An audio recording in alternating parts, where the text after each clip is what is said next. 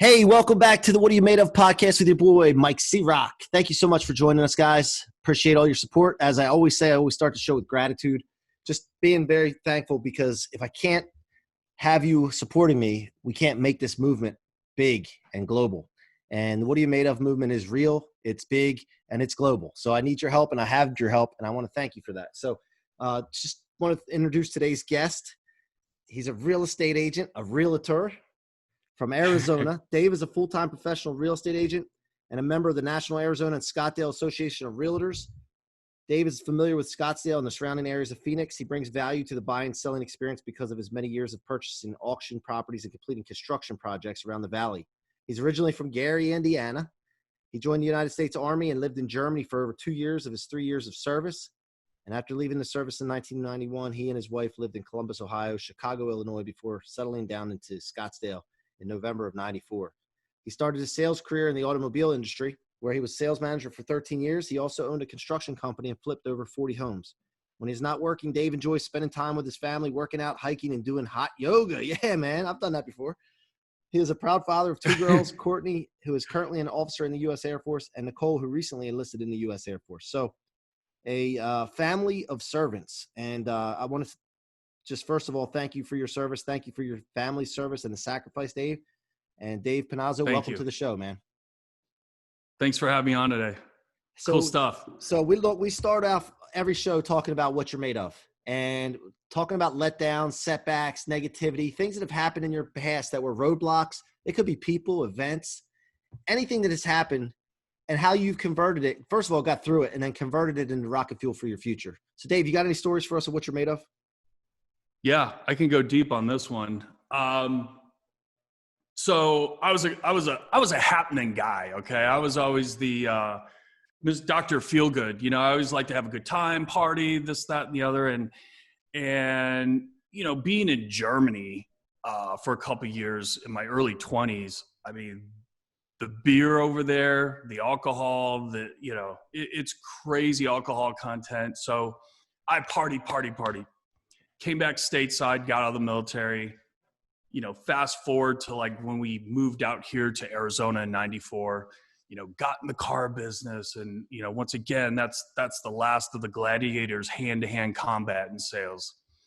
And so, I picked up some bad habits, getting into drinking, doing some drugs. And, that just was not the best situation for a family guy. And, was creating a lot of problems. And then there was one night where we were at a party in the neighborhood. For whatever reason, it made sense for me to walk home and get behind the wheel of my truck and drove down the road, and I totaled my neighbor's car that was parked in the front of their house. Well, that was the awakening. Okay, that when you say you've hit your low, brother, that was it. I was at the bottom. And so the next morning, my wife is like, hey, listen, you got to get your shit together. You got to make the call. You need help. I had a piece of paper, a phone, and I sat there and looked at this rehab place that I needed to call. And I couldn't do it. Like, it took me like 3 or 4 hours. Finally, I got to the point to where I picked up the phone, made the call, and then that's when my reawakening, I guess you could say, happened. Yeah. And, I haven't looked back since. It's going to be, God, what is it? Coming up on 14 years now of sobriety. Awesome, this man. July. Congratulations. And, awesome. That includes weekends too. Okay. Right. So, yeah. There's some weekday sober people, but. Yeah. So that's been a complete lifestyle change. Everything from family dynamics and everything else. And so, that was kind of like a rebirth of how Dave Panozzo is going to make it in this world and not party. Okay. Cause I didn't know how to have fun. I'm like, how the hell am I going to have fun without partying? You know what I mean? Like, right, that's how my mind thought, now, I mean, shit, I have more fun now than I ever had on my best day of drinking. So, it's a totally different mindset, but you got to remember, like, so if you go back in time, so I got sober in 2005 timeframe. Well, real estate market was doing great. Remember that was like shooting fish in a barrel. That's when I got into it, 2005. Yeah. And I was flipping a couple homes at the time, and we were like, we crushed it. Like on our first couple homes, we were making like 50, 75, 100 grand net profit, like, woohoo, we're rock stars. Then I got sober. Then the market crashed. Then we lost our house. Then we lost some of our other, like when I got sober, crazy shit happened to me afterwards. Okay. And I hung in there, you know what I mean? Like I did not give up, because I knew if I would go off, on the crazy train again, that would just make it worse. I went through multiple foreclosures. That was back then when they said, "Oh, hey, no one's coming after anyone on the second." You'll just waive that. I remember. Yeah. Well, are you Dave Panozzo? Like, yep, you've been served. I'm like, fuck. That happens. Yeah. We got sued. My wife picked up. It was a blessing in disguise, but also a curse. My wife picked up a Bank of America account. Well, it was countrywide at the time. So she started peddling REO properties, and she was just a one-man band. So we got that going on. I started a construction company to center around the REO agents that needed help with rekeys and, trash outs and stuff like that. And then that evolved back into, I started looking at flipping homes again, because, 2010, 11, 12, the market was primed for the picking. And so I started flipping again, bad partnerships, this, that, and the other. And so now I'm here in the real estate world, and it's like, yeah, I should have gotten my license 10 years ago. My wife always harped on me, you need to get your license. You'd really be good. I'm like, no, I don't want to have a license, because I like to operate in the gray. Okay. And so 4 years ago, I'm like, I'm going to get my license. She's like, oh my God, what a great idea. Right. That spousal support type stuff. Yeah. Is she a realtor too? Yeah, she is. So we're a husband and wife team. And so I got my license, and we have not looked back since. We've just, year after year, some really nice bumps in production. We've started a small team. We have a TC that's full-time, with our past military. And now, wait a minute, but a TC, just so the audience knows, that's a team coordinator, right? Yes.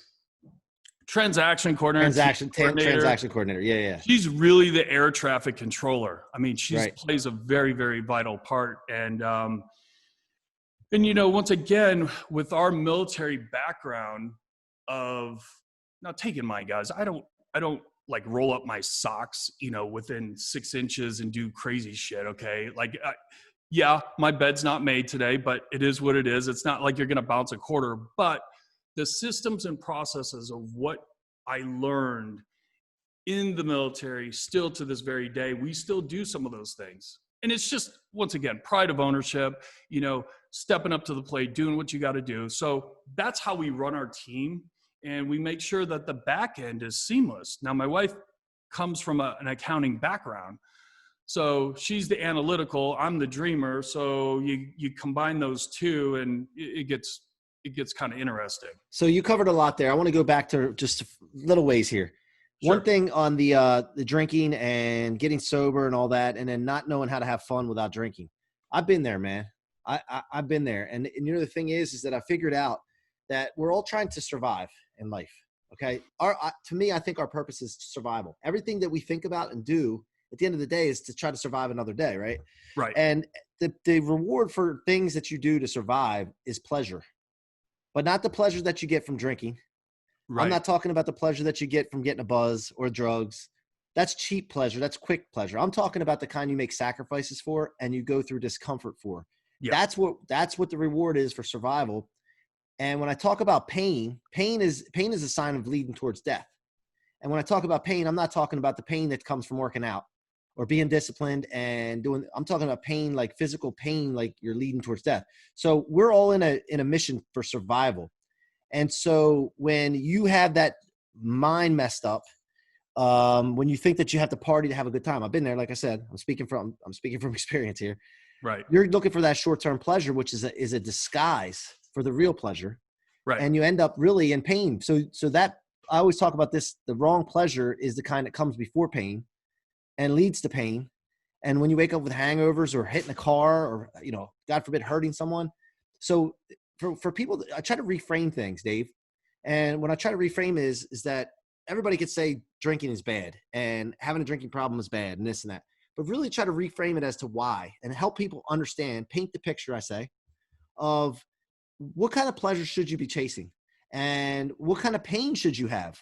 The pain that is the discomfort pain, the training pain, right? And so I like to bring that up with that. And, one of the things I realized too is that I didn't have goals and visions when I was going out partying. No.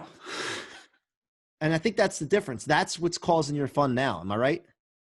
Oh, absolutely. I mean, it's two complete opposite worlds. Do I still go out and hang out with people that like to, have a good time? Absolutely.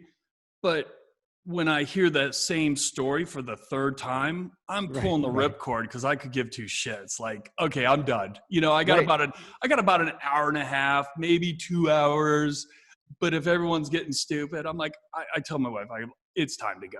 And Yep. Yep. she still drinks, but nothing like to a point to where she's blacking out, and dropping the frying pan type stuff. Okay. Right. I mean, she'll have an Right. occasional drink or two, but what's funny is, she and I, we've made this lifestyle change. And I think it was like 12 months ago, she had like 2 drinks. Okay. Like 2 glasses of wine.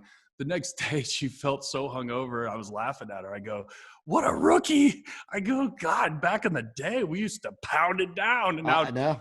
2 glasses is going to cripple you. Hey, listen, you're laughing at her. I had two glasses of wine the other day, and same thing. It didn't cripple me. I didn't feel bad the next day, but it just afterwards, like immediate, just the feeling doesn't do anything for me anymore. I like the taste of wine to have with dinner, but man, it just doesn't do it. And I'm like, what's the point? The extra calories, the money that you spend on it. So now that what I do and my team, we really focus on our visions and goals, and anything that gets in the way of our visions and goals, we remove them. We remove all obstacles. That's what we say all the time. Any obstacles that are in our way, people, things, vices, everything's got to go because we want our goals bad, man. And we make them big and we chase them. And so I'm sure that's some experience that you've had with the Panozzo team and the success that you've had. 100%. And the entrepreneur spirit is, I'm going to the top of the mountain. All right, everybody, we're going to the top of the mountain.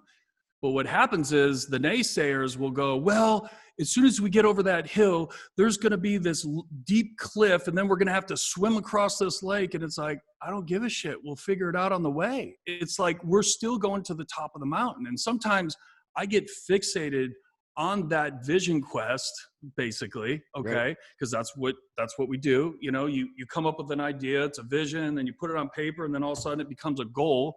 And sometimes, depending upon the group or the people or the goal, it's too overwhelming to them. And to me, it's just, you got to figure out a way to get there. Okay. We're going to the top of the mountain. So hop on my back. We'll make it, and so many times I think people are weak. Okay. Let's face it.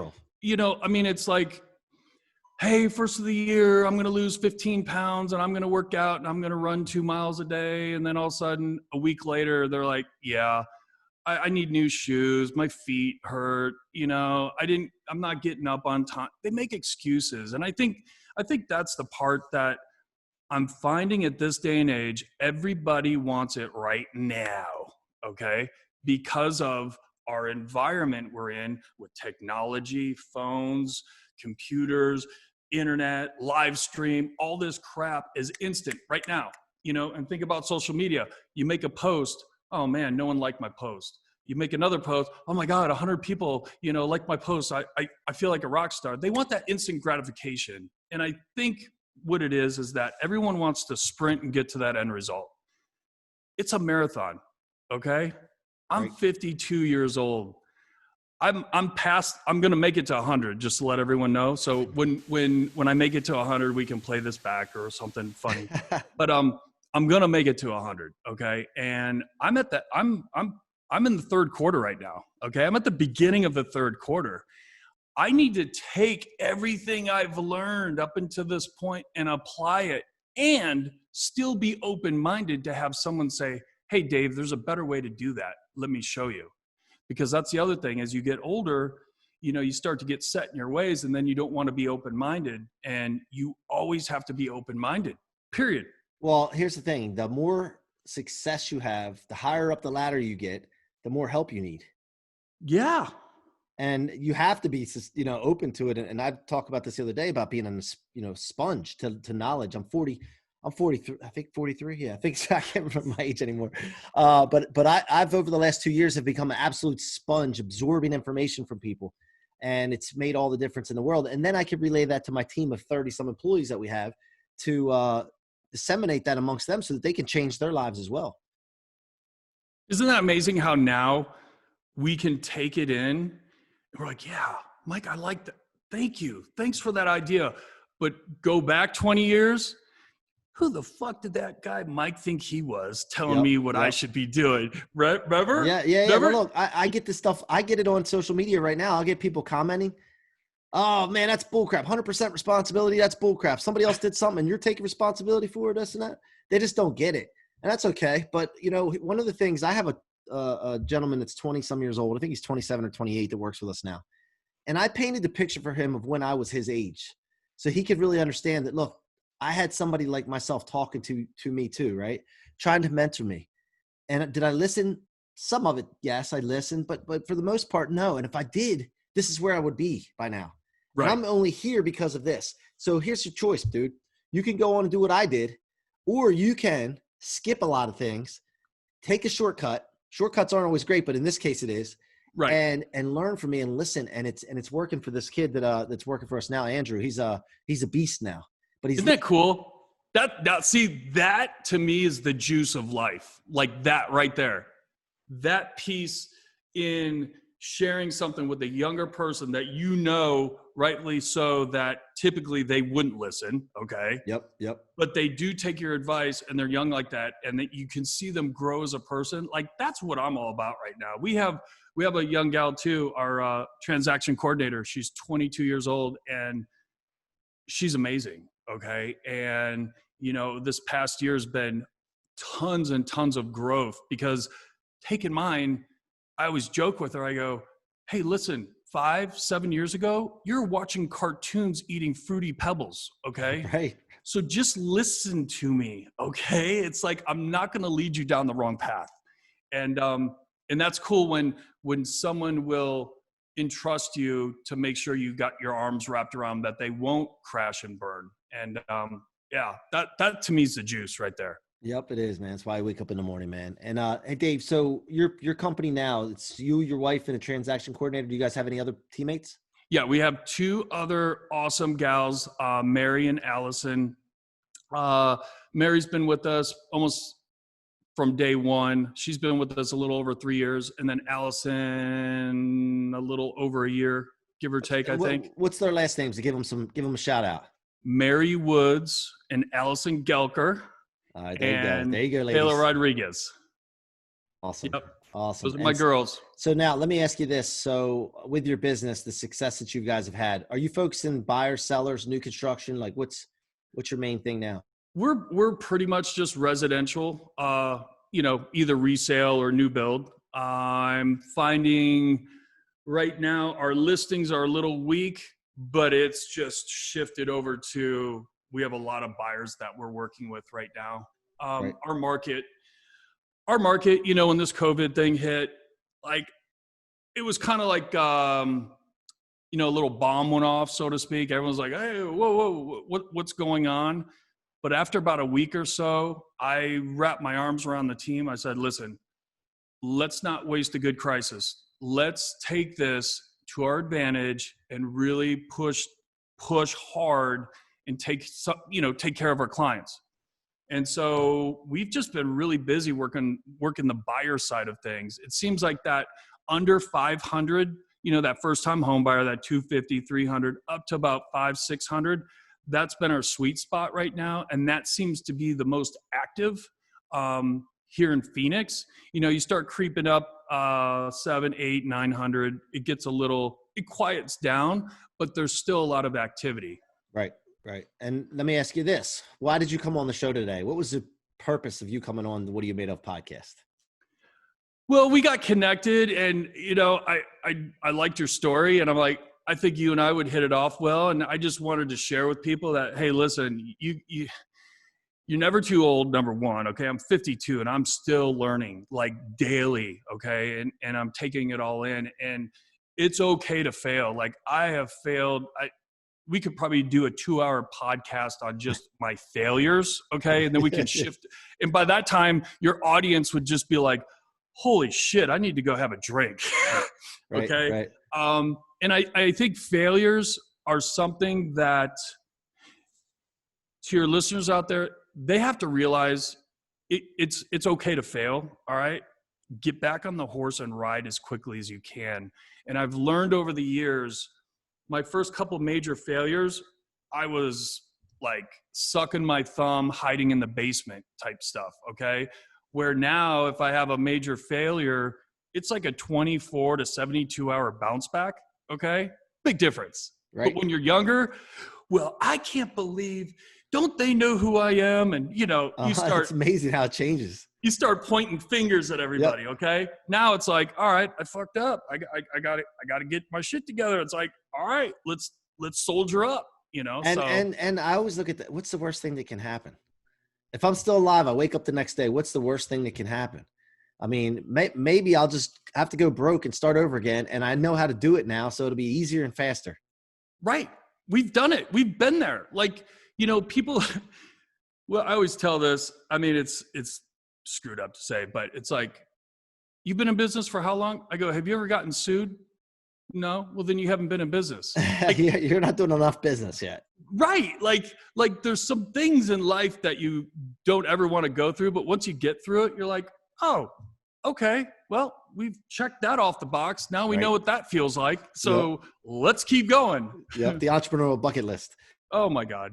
Hey, so do you have a podcast? Because I know you still have a nice mic there, and I didn't know if you have a setup or do a show. I'm actually going to start one up. I'll probably do maybe 1 or 2 a month, but my wife and I are going to start interviewing power couples, and awesome. We're kind of excited to do that. The entrepreneur spirit, and either, in our industry, out of our industry, it doesn't matter. I think, at this day and age, couples that work together, it sounds great, but you really, really have to have your act together. And I want to be able to share some of the things that, we've stumbled across and things that we've done to better ourselves. And I think people need to hear that, because there's not a lot out there, and I think it's important to give it away when you got it.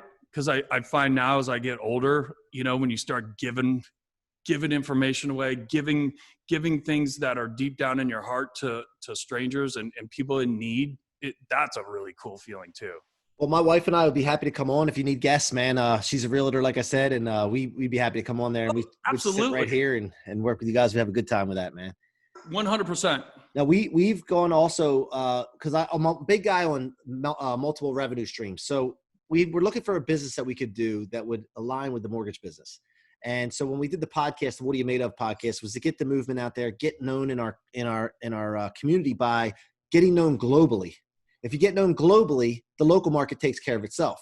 Right. So we started doing the podcast and blasting it all over the place. And I have friends in Africa, South Africa, Australia, UK. It's just crazy how this is blown up all over the globe. Now, the local market takes care of itself because now everybody in the local market sees all the press and sees all the stuff on social media. Right. And now they know what the deal is. And I don't have to go just over that, just the local market. We tried that for the longest time, trying to just go after the local market, get known. We did a good job with it, but this is a game changer, thinking bigger, going bigger. And so we started a company called People Building Inc. And now what we're doing is we're doing the lessons that we've learned in growing our mortgage business by 400% growth in 1 year. And we implemented this method called the Waymore method.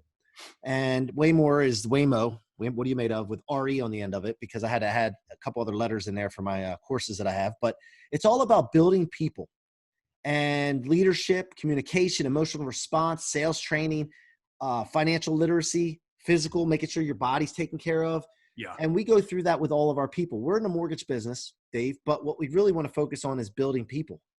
And when we've built our people, the mortgage business takes care of itself.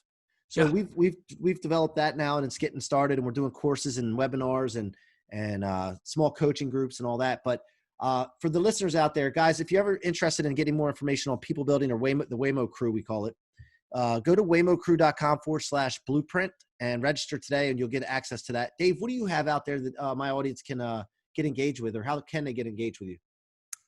We're our three platforms we pretty much play on is Facebook, Instagram, YouTube. Those seem to be the three. My wife has a big following on LinkedIn. Once again, I can only do so much. It's like, Right. Twitter and all this crap. It's like, oh my God. You're not TikToking yet, man? I have dabbled in TikTok. So that's, I don't know how to convert that into any sales because I don't know. You got to get in your underwear and dance to some music or something. I think that's what works. Yeah, TikTok, and for those viewers that have not ventured into TikTok, you will at least waste 43 minutes the first time you start looking at TikTok. Rabbit hole of all rabbit holes. You just go, what? Yeah. What? Yeah. Well, Dave, I want to thank you for coming on today. I appreciate you. And by the way, if you go on Instagram, what's the handle or username? The Panozzo team. Oh, right here. Okay. At the Panozzo team, Panozzo team, the Panozzo team, in case you're listening and not watching this. But I want to thank you for coming on again. Thank you for your service, your family service. And I look forward to staying connected with you. If there's anything your boy C-Roc can do for you, let me know. I'll stay in touch with you. And you guys have been listening to the What Are You Made Of podcast with your boy, Mike C-Roc. Thank you so much for listening. Please go subscribe on iTunes, Spotify, or your favorite podcast platform. And also, these will be posted to the YouTube channel, Mike C-Roc Ciorrocco. You can watch them. I have the video, and you can see what Dave looks like and his nice haircut. Make it a great day, guys. Thanks for listening.